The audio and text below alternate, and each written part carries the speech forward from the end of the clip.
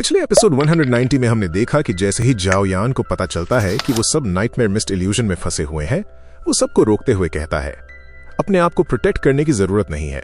वो समझाता है कि ये डीमन फायर इल्यूजन हमारी फियर और थॉट्स पर डिपेंड करता है। अगर हम डरेंगे या रेजिस्ट करेंगे तो इसका बैकलैश और डेंजरस हो जाएगा।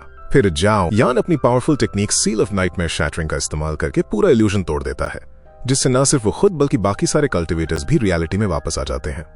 इसके बाद प्यूरिफाइंग लोटस डीमन फ्लेम अपनी असली टेरिफाइंग फॉर्म में सामने आता है और उसका ऑरा देखकर सबको समझ आ जाता है कि ये कोई नॉर्मल एनिमी नहीं है। जाओ चेन रिवील करते हैं कि उसकी power peak 5 star martial saint के बराबर है और एबिलिटीज मिलाकर वो 6 स्टार मार्शल सेंट तक फाइट कर सकता है। फिर सिचुएशन और भी डेंजरस हो जाती है जब वो अपने 10 फायर स्लेव समन करता है, जो सभी डूशेंग लेवल पावर हाउसेस होते हैं। अब हालत ऐसी हो जाती है कि सभी क्लैंस को मजबूर होकर अलायंस बनाना पड़ता है। यहां तक कि हुनमिशेंग भी कहता है हमें एक साथ मिलकर लड़ना होगा, वरना हम सब मर जाएंगे।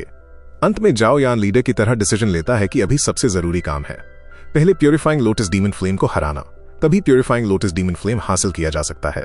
और इसी सेटअप के साथ शुरू होने वाली है एक मैसिव वॉर, जहां सारे दुश्मन मिलकर एक ही एनिमी के खिलाफ लड़ने वाले हैं।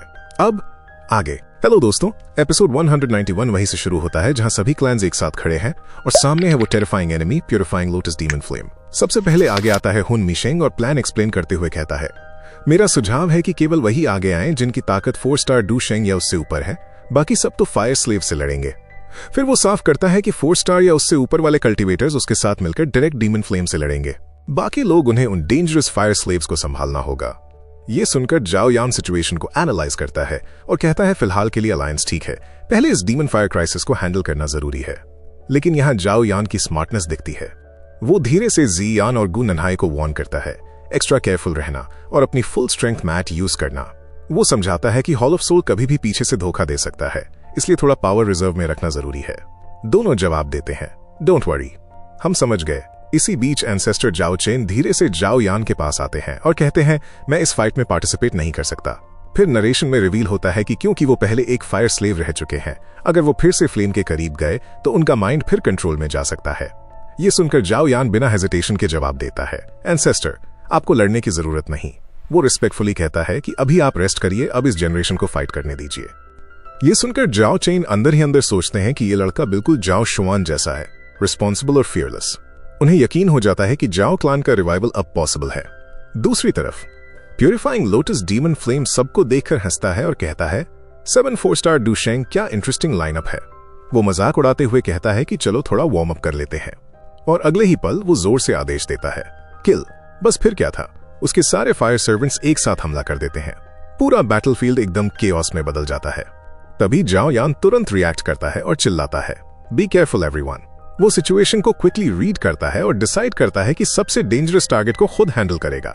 वो एक लेट स्टेज 3 स्टार डूशेंग फायर स्लेव को टारगेट करते हुए कहता है ये मुझ पर छोड़ दो, और यहीं पर एंट्री होती है उसके आइकॉनिक वेपन की हेवी रूलर। जाओ यान उसे समन करता है, उसकी ऑरा इंस्टेंटली बढ़ जाती है और फिर वो फुल स्पीड से उस पावरफुल फायर स्लेव की तरफ बढ़ता है। अब शुरू होने वाली है एक इंटेंस 1-on-1 क्लैश, जहां जाओ यान और एक हाई लेवल डूशेंग फायर स्लेव सीधे भिड़ने वाले हैं। अब बैटलफील्ड पूरी तरह एक्टिव हो चुका था। जैसे ही जाओ यान अपनी हेवी रूलर निकालता है, बाकी कल्टिवेटर्स भी पीछे नहीं रहते, सब अपने वेपन्स निकाल लेते हैं। तभी जुनीर भी आगे बढ़ते हुए कॉन्फिडेंटली कहती है इसे मुझ पर छोड़ दो, और वो एक 2 स्टार डूशेंग फायर स्लेव को टारगेट कर लेती है। अगले ही पल सभी एक साथ चिल्लाते हैं चलो सारे एक साथ आगे बढ़ो, और यहीं से शुरू होती है एक मैसिव क्लैश। चारों तरफ सिर्फ फ्लेम्स, सोर्ड्स और टेरिफाइंग ऑरा का टकराव। आसमान में फाइट का मंजर भयानक हो गया था। एक तरफ जाओ यान लाइटनिंग स्पीड से मूव करते हुए अपनी हेवी रूलर से लगातार अटैक्स कर रहा था, दूसरी तरफ जुनीर अपनी एलिगेंट लेकिन डेडली टेक्निक से फायर स्लेव्स को कंप्लीटली ओवरवेल्म कर रही थी। दोनों की कोऑर्डिनेशन इतनी स्मूथ थी कि दुश्मन भी कंफ्यूज हो रहे थे कि अटैक कहां से आएगा। इसी बीच मेन बैटलफील्ड में हुनमिशेंग आगे बढ़कर डीमन फ्लेम को प्रोवोक करता है फेरी फ्लेम, भलाई इसी में है कि बिना लड़े हार मान लो, सीधे सीधे सरेंडर कर दो। लेकिन ये सुनकर प्यूरिफाइंग लोटस डीमन फ्लेम जोर से हंस पड़ता है सरेंडर, मेरा जन्म हेवन एंड अर्थ पावर से हुआ है। वो एरोगेंस से कहता है कि उसके लिए हर चीज ट्रांसफॉर्मेबल है और ये लोग उसे कंट्रोल करने का सपना देख रहे हैं। मेरे सामने सब कुछ राख में बदल सकता है और तुम कीड़े मकोड़े मुझे काबू करने की सोच रहे हो, कितना बचकाना सपना है। फिर वो कैजुअली कहता है देखते हैं तुम में कितनी जान है, चलो पहले थोड़ा मनोरंजन ही कर लिया जाए। और अगले ही पल वो अपनी टेरिफाइंग टेक्निक एक्टिवेट करता है हेलफायर मीटियर शावर। चारों तरफ के पहाड़ों के मैसिव पत्थर हवा में उठने लगते हैं और फायरबॉल्स बनकर कल्टीवेटर्स पर बरसने लगते हैं। ये देखकर हुन मिशिंग तुरंत चिल्लाता है, सभी एक साथ प्रोटेक्शन शील्ड बनाओ, और फिर पूरी अलायंस एक साथ अपनी पावर्स अनलीश कर देती है। मास्टर गु नन्हाई अपनी हेवनली पाम टेक्निक से मीटियर्स को रास्ते से हटाते हैं। जी यान अपनी सोर्ड से आसमान से गिरते फायरबॉल्स को बीच में ही काट देती है।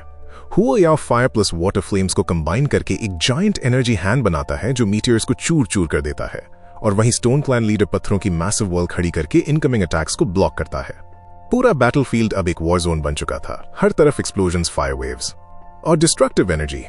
इसी बीच याओ वांगुई अपनी थंडर ब्लास्ट टेक्निक से फायर सर्वेंट्स को खत्म कर रहा था, और दूसरी तरफ जाओ यान भी पीछे नहीं था। वो अपनी हैवी रूलर से एक एक करके फायर सर्वेंट्स को डिस्ट्रॉय कर रहा था। लेकिन तभी प्यूरिफाइंग लोटस डीमन फ्लेम का पेशेंस खत्म हो जाता है। वो गुस्से में गरजता है, अभी भी टकराने की जुर्रत, मरने का इतना ही शौक है। और फिर वो धीरे से एक इशारा करता है। अचानक नीचे का लावा पूल उबलने लगता है और उसमें से धीरे धीरे एक विशाल आकृति बाहर आने लगती है, एक जाइगेंटिक टेरिफाइंग लावा स्टैच्यू। उसकी प्रेजेंस ही इतनी भारी थी कि पूरे बैटलफील्ड का प्रेशर कई गुना बढ़ जाता है और सबको समझ आ जाता है अब बैटलफील्ड और भी डेंजरस हो चुका था। जैसे ही वो लावा स्टैच्यू पूरी तरह बाहर आता है, बिना टाइम वेस्ट किए वो सीधे हुन मिशिंग पर एक भयानक पंच मार देता है। हुन मिशिंग तुरंत अपनी डिफेंसिव शील्ड बनाता है, लेकिन दिक्कत ये थी कि वो स्टैच्यू इतना पावरफुल था कि वो शील्ड को क्रश करके अपनी पूरी फोर्स अनलीश कर देता है। लेकिन यहाँ हुन मिशिंग भी कम नहीं था। वो तुरंत अपनी चेन समन करके उस स्टैच्यू को बांधने की कोशिश करता है। उसी समय याओ वांगी भी अपनी रूट चेन टेक्निक एक्टिवेट करता है और दोनों मिलकर उस जायंट स्टैच्यू को रिस्ट्रेन करने लगते हैं। लेकिन वो स्टैच्यू इतनी रॉ पावर से भरा था कि वो उन चेन्स को तिनकों की तरह तोड़ देता है। तभी मौका देखकर मास्टर गु नन्हाई आगे बढ़ते हैं और कहते हैं, अब मेरी बारी, और अपनी हेवनली पाम टेक्निक से डायरेक्ट अटैक करते हैं। स्टैच्यू उस अटैक को रोकने की कोशिश करता है, लेकिन उसी मोमेंट जी यान अपनी स्पीयर के साथ ऊपर से गिरती है और हुओ याओ अपनी थंडर पावर के साथ साइड से स्ट्राइक करता है।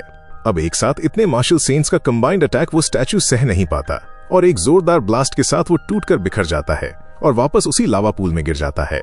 ये देखकर प्यूरिफाइंग लोटस डीमन फ्लेम हल्का सा इंप्रेस होता है और कहता है, तुम लोगों के पास थोड़ी बहुत स्किल तो है, लेकिन मेरे सामने तुम कीड़े हो तब भी। लेकिन तुरंत ही कोल्ड टोन में जोड़ता है, लेकिन ये तो कुछ भी नहीं है, क्या तुम्हारे पास बस इतना ही दम है? और यहीं से असली डेंजर शुरू होता है। डीमन फ्लेम अपनी सबसे टेरिफाइंग टेक्निक एक्टिवेट करता है, ग्रेट कंपैशन हैंड। वो पूरे लावा पूल को कंट्रोल करके आसमान में एक जाइगेंटिक मोल्टन हैंड बना देता है। उसका प्रेशर इतना हैवी था कि नीचे खड़े कल्टीवेटर्स के घुटने तक झुकने लगते हैं। फिर वो जायंट हैंड सीधे सब पर अटैक करता है। जाओ यान तेजी से रिएक्ट करता है, अपनी हैवी रूलर से रास्ता काट कर निकल जाता है, लेकिन बाकी कल्टीवेटर्स उस प्रेशर को हैंडल नहीं कर पाते और सीधे लावा पूल में गिर जाते हैं। ये देखकर डीमन फ्लेम एरोगेंट होकर हंसता है, बस इतना ही? मेरे सामने तुम सब बस रेंगती हुई चींटियां हो, यानी उसके लिए ये सब सिर्फ कीड़े थे। लेकिन यहीं आता है बड़ा ट्विस्ट। कुछ ही सेकंड्स बाद वो सारे कल्टीवेटर्स वापस लावा से बाहर निकल आते हैं। हाँ, वो थोड़े एग्जॉस्टेड थे, लेकिन हैरानी की बात किसी को सीरियस इंजरी तक नहीं हुई थी। यानी फाइट अभी खत्म नहीं हुई थी, बल्कि अब और इंटेंस होने वाली थी। जैसे ही सब बाहर आते हैं, याओ वांगी गुस्से में फट पड़ता है और कहता है, बेवकूफ, सेंट्रल प्लेन्स में मेरा नाम चलता है और तुम मुझे कीड़ा समझते हो। वो इंसल्ट फील करता है कि एक स्ट्रेंज फायर ने उसे इस हालत में डाल दिया। दूसरी तरफ हुन मिशिंग थोड़ा सस्पिशियस हो जाता है। वो नोटिस करता है कि कई कल्टीवेटर्स अपनी फुल स्ट्रेंथ यूज ही नहीं कर रहे थे। वो धीरे से कहता है, कई लोगों ने अब भी अपने सीक्रेट्स छुपा रखे हैं, यानी अभी भी सब एक दूसरे पर पूरी तरह ट्रस्ट नहीं कर रहे थे। लेकिन तभी मास्टर गु नन्हाई सिचुएशन को समझते हुए आगे आते हैं और कहते हैं, अगर अभी पूरी ताकत नहीं दिखाई तो बाद में मौका ही नहीं मिलेगा। वो सबको क्लियरली वार्न करते हैं कि पहले इस मिरर डीमन फायर को डिफीट करना जरूरी है। अब फाइट एक नए फेज में एंटर कर चुकी थी, जहां सिर्फ ताकत नहीं बल्कि strategy plus trust plus timing तीनों डिसाइड करेंगे कि कौन जिंदा बचेगा। प्यूरिफाइंग लोटस डीमन फ्लेम सबका मजाक उड़ाते हुए फिर गरजता है, इतनी मार खाने के बाद भी मुकाबला करना चाहते हो? अभी भी सिर उठाने की जरूरत? क्या मरने का इतना ही शौक है? उसकी आवाज में साफ एरोगेंस था, जैसे वो ऑलरेडी जीत चुका हो। वो हंसते हुए कहता है कि आज उसे अपनी कलेक्शन के लिए काफी नए फायर स्लेव्स मिलने वाले हैं। लेकिन असली खतरा तब शुरू होता है। वो अपनी टेरिफाइंग टेक्निक एक्टिवेट करता है, फायर डीमनस। पूरा लावा पूल उफरने लगता है और उसी के अंदर से एक जाइगेंटिक फ्लेमिंग स्वॉर्ड बाहर निकलती है। ये कोई नॉर्मल वेपन नहीं था, ये प्योर डिस्ट्रक्शन की एनर्जी से बनी हुई थी। उसकी हीट ही इतनी डेंजरस थी कि आसपास की स्पेस डिस्टॉर्ट होने लगी। फिर डीमन फ्लेम ठंडी आवाज में कहता है, खेल का वक्त खत्म हुआ, अब तबाही का वक्त शुरू होता है। अपनी पूरी ताकत लगा लो, क्योंकि अब मैं कोई रहम नहीं करूंगा। और अगले ही पल उसका एक फायर स्लेव लाइटनिंग स्पीड से आगे बढ़ता है और सीधे जाओ यान पर स्वॉर्ड अटैक करता है। लेकिन जाओ यान ऑलरेडी रेडी था। वो अपनी हैवी रूलर उठाकर कामली बोलता है, इसको मुझे संभालने दो, और तुरंत अपनी स्पाइरल स्वॉर्ड टेक्निक एक्टिवेट करता है। दोनों अटैक्स टकराते हैं, एक जोरदार इंपैक्ट होता है। स्लेव अपनी डिफेंसिव शील्ड बनाता है, लेकिन जाओ यान का अटैक इतना पावरफुल था कि वो शील्ड इंस्टेंट टूट जाती है और वो स्लेव सीधे नीचे लावा में जा गिरता है। लेकिन यहाँ गेम खत्म नहीं होता। कुछ ही सेकंड्स बाद वो स्लेव फिर से लावा से बाहर निकल आता है और इस बार वो काउंटर अटैक करता है एक डेंजरस वाटर वेव टेक्निक के साथ। ये अटैक डायरेक्टली जाओ यान की तरफ बढ़ता है, लेकिन जाओ यान कामली अपनी हेवनली फ्लेम्स को हेवी रूलर में इन्फ्यूज करता है और एक सिंगल स्लैश से पूरी वाटर वेव को 2 हिस्सों में काट देता है। उसका अटैक सीधे स्लेव की चेस्ट पर लगता है और वहां एक डीप स्कार छोड़ देता है। लेकिन यहीं आता है शॉकिंग मोमेंट। वो स्लेव अपनी बॉडी को खुद ही रीजेनरेट करने लगता है। जाओ यान ये देखकर समझ जाता है ये नॉर्मल एनिमीज नहीं है। अगले ही पल वो स्लेव टेलीपोर्ट होकर जाओ यान के बिल्कुल पास आ जाता है और फिर शुरू होती है एक intense close combat fight. Sword versus ruler clash चलता है। हर स्ट्राइक में स्पार्क्स निकलते हैं, हर मूव लीथल था। मौका देखकर जाओ यान अचानक बोलता है अब खत्म, और एक्टिवेट करता है ग्रेट क्रिएशन पाम। उसके सामने एक ब्लैक होल जैसा ग्रेविटी फील्ड बन जाता है। वो स्लेव उसकी तरफ खींचने लगता है। वो बचने की पूरी कोशिश करता है, लेकिन ग्रेविटी इतनी पावरफुल थी कि वो अंदर खिंच जाता है। जैसे ही वो अंदर जाता है, जाओ यान नोटिस करता है कि उसकी बॉडी से फ्लेम्स निकलने लगती हैं और उसकी फिजिकल स्ट्रेंथ धीरे धीरे कम होने लगती है। तभी जाओ यान समझ जाता है इनकी एनर्जी सोर्स ही फ्लेम्स है, लेकिन बैटल अभी खत्म नहीं हुई थी। जाओ यान तुरंत रिएक्ट करता है, अपनी हेवनली पाम टेक्निक से उसे रोकने की कोशिश करता है, लेकिन इस बार वो स्लेव पूरी तरह बर्सर्क मोड में था। उसे रोकना ऑलमोस्ट इम्पॉसिबल हो चुका था। अचानक एक मैसिव एक्सप्लोजन होता है और वो स्लेव ब्लैक होल के अंदर से ही अपनी सारी एनर्जी इकट्ठा करके बाहर निकल आता है। अब वो फुल रेज में सीधे जाओ यान की तरफ रश करता है, लेकिन जाओ यान बिल्कुल काम खड़ा रहता है और ठंडे अंदाज में कहता है दम है तो आजमा लो। ये सुनते ही साफ समझ आ जाता है कि वो ऑलरेडी कुछ प्लान कर चुका है। जैसे ही सर्वेंट अटैक करने आता है, जाओ यान अचानक अपनी सोल पावर सीधे उसके सोल स्पेस में इंजेक्ट कर देता है। उसका टारगेट क्लियर था, उस डिमोनिक फ्लेम को अंदर से प्यूरिफाई करना, लेकिन ये आसान नहीं था। सर्वेंट की रेजिस्टेंस इतनी खतरनाक थी कि जाओ यान खुद प्रेशर में आने लगता है। तभी वो तुरंत अपनी स्पाइरल रिंग्स एक्टिवेट करता है और सर्वेंट को पूरी तरह बाइंड कर देता है। अब असली लड़ाई बाहर नहीं, अंदर कॉन्शियसनेस लेवल पर शुरू होती है। एक इनविजिबल क्लैश चलता है, डिमोनिक फ्लेम की वाइल्ड एनर्जी वर्सेस जाओ यान की कंट्रोल और विल पावर। कुछ ही पलों बाद जाओ यान उस फ्लेम को सप्रेस कर देता है। ये देखकर खुद purifying lotus demon flame shock में आ जाता है। वो गुस्से और हैरानी में चिल्लाता है व्हाट, ये लड़का मेरे फायर स्लेव को कंट्रोल कर रहा है। जाओ यान हल्की मुस्कान के साथ बस इतना कहता है हो गया, और अगले ही पल वो उस सर्वेंट को अपनी स्पेस रिंग में सील कर देता है। अब उसके दिमाग में एक डेंजरस आइडिया आता है, अगर वो बाकी फायर स्लेव्स को भी कंट्रोल कर ले तो ये बैटल पूरी तरह पलट सकता है। लेकिन वो तुरंत समझ जाता है अभी सबसे बड़ा खतरा डीमन फ्लेम है। अगर वो एस्केप कर गया तो सब खत्म। उधर बैटलफील्ड के दूसरे हिस्से में हुओ ख्वान आगे बढ़ते हुए गरजता है, अब इसे खत्म करते हैं, और तुरंत अपनी टेरिफाइंग टेक्निक एक्टिवेट करता है, 8 डेसोलेट डिस्ट्रक्शन फ्लेम। उसकी फ्लेम्स इतनी वायलेंट थीं कि आसपास का स्पेस तक क्रैक होने लगता है। उसी मोमेंट का फायदा उठाते हुए हॉल ऑफ सोल का डेप्यूटी लीडर आगे आता है और अपनी चेन से एक और फायर स्लेव को बाइंड कर देता है। लेकिन तभी एक अनएक्सपेक्टेड मूव होता है। हुन फेंग आगे बढ़ता है और बिना हेजिटेशन सीधे उस डिमोनिक फायर की एनर्जी को डिवार करना शुरू कर देता है। ये देखकर जाओ यान अंदर ही अंदर शॉक हो जाता है। शाओ यान की आंखों में खौफ और हैरानी साफ दिख रही थी। वो मन में सोचता है इसकी ताकत का असली राज अभी सामने आना बाकी है, जिसका हमें अंदाजा तक नहीं। अब सिचुएशन पूरी तरह एस्केलेट हो चुकी थी। तभी स्टोन क्लैन लीडर जोर से कमांड देता है, सब लोग एक साथ अटैक करो, और अगले ही पल पूरा बैटलफील्ड एक्सप्लोड हो जाता है। हर डायरेक्शन से टेरिफाइंग अटैक्स निकलते हैं। कुछ लोग अपनी पीक टेक्निक्स अनलीश कर रहे थे, कुछ लोग सीधे क्लोज कॉम्बैट में घुस चुके थे, और हर तरफ सिर्फ फ्लेम्स, एनर्जी ब्लास्ट्स और शॉक वेव्स ही दिखाई दे रही थीं। याओ वांगी भी पीछे नहीं रहता। वो गुस्से में अपनी पावर अनलीश करते हुए मैसिव थंडर स्ट्राइक्स छोड़ता है जो डीमन फ्लेम की बॉडी पर लगातार गिरते हैं। उसी समय जी यान हवा से नीचे गिरते हुए फुल फोर्स के साथ स्पीयर थ्रस्ट करती है। उसका अटैक इतना हैवी था कि स्पेस तक डिस्टॉर्ट हो जाता है। कुछ सेकंड्स के लिए ऐसा लगता है कि डीमन फ्लेम दब गया है, लेकिन उसकी ऑरा अचानक और भी ज्यादा वायलेंट हो जाती है। बैटलफील्ड पर सबने मिलकर जब प्यूरिफाइंग लोटस डीमन फ्लेम पर हमला किया, तब कुछ पल के लिए लगा कि वो दब गया है, लेकिन अगले ही पल डीमन फ्लेम अचानक एक भयानक एनर्जी ब्लास्ट छोड़ता है। उसका इंपैक्ट इतना ज्यादा था कि सारे कल्टिवेटर्स सीधे पीछे उछल जाते हैं। सबके मन में एक ही सवाल था, इतने अटैक्स के बाद भी इसके पास इतनी एनर्जी बची कैसे है। डीमन फ्लेम हंसते हुए कहता है, मुझे कंट्रोल करने का सपना भी मत देखो, अब साफ था। वो सिर्फ लड़ नहीं रहा, बल्कि सदियों की कैद का बदला लेना चाहता है। फिर अचानक सिचुएशन और डेंजरस हो जाती है। डीमन फ्लेम अपने सारे बचे हुए फायर सर्वेंट्स को कमांड देता है, सेल्फ डिस्ट्रक्ट। यानी अब वो उन्हें हथियार नहीं बल्कि चलते फिरते बॉम्ब्स की तरह इस्तेमाल कर रहा था। जाओ यान तुरंत खतरा समझ जाता है और जोर से बोलता है, सब पीछे हटो, ये एक्सप्लोड करने वाले हैं। लेकिन तब तक देर हो चुकी थी।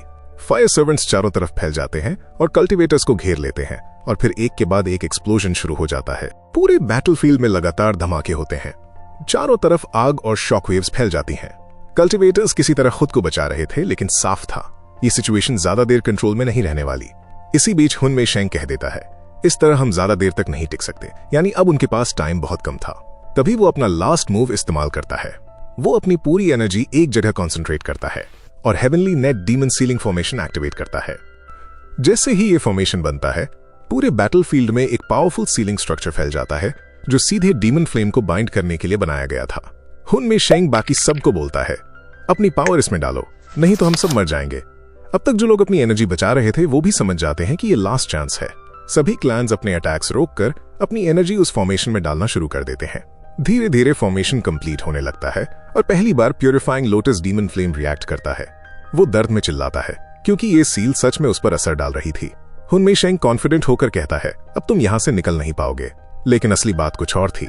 जब सभी लोग अपनी पूरी ताकत लगा रहे थे, जाओ यान और जुनीर दूर खड़े ये सब ऑब्जर्व कर रहे थे। और इसी सस्पेंस के साथ ये एपिसोड यहीं एंड होता है।